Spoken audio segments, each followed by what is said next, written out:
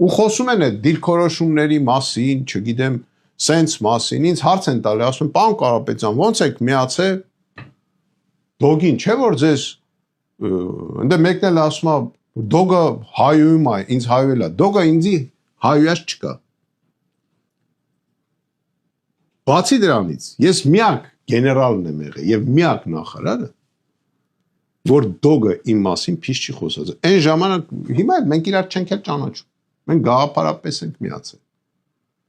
Մենք իրար չենք ճանաչում։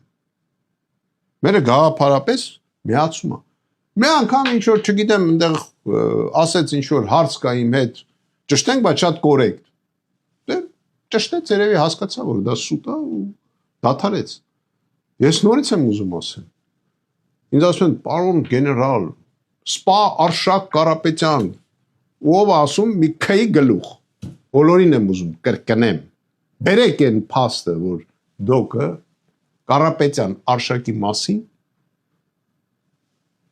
խոսելա կոպիտ։ Ցույց տվեք այդ վիդեոն։ Չեք գտնի, չկա տես բան։ Ոչ մեկ չմտածի, որ ես սուս եմ մնում, երբ որ այդ սոցցանցերում, չգիտեմ, այդ բաներում ինչ որ փորձում են ինձ վիրավորել, դա չի նշանակում, որ մենք դա մոռանալու ենք կամ ինչ որ բան ենք անելու։ Ես չեմ պատասխանում։ Ու ես խորհուրդ կտամ ավելի շատ վախենան այն մարդուց, որ պատասխան չի տալի։ Քան այն մարդուց, որ ընկնում է ես էլ քո սենսը, ես էլ քո սենսը, այն հայկական այդ փողոցի բազար։ Մի բան ասեմ, ազնվական թագավորների ժամանակ ազնվականները, երբ որ ազնվականին վիրավորում էին, ինքը ընդունում էր միայն իրեն հավասարի այդ վիրավորանքը եւ գնում էր, ասենք, իրար խփում էին։ Իսկ երբ որ վիրավորում էր Իրանից ցածր ստատուսով մարդ, ինքը ուղղակի սատկացնում էր։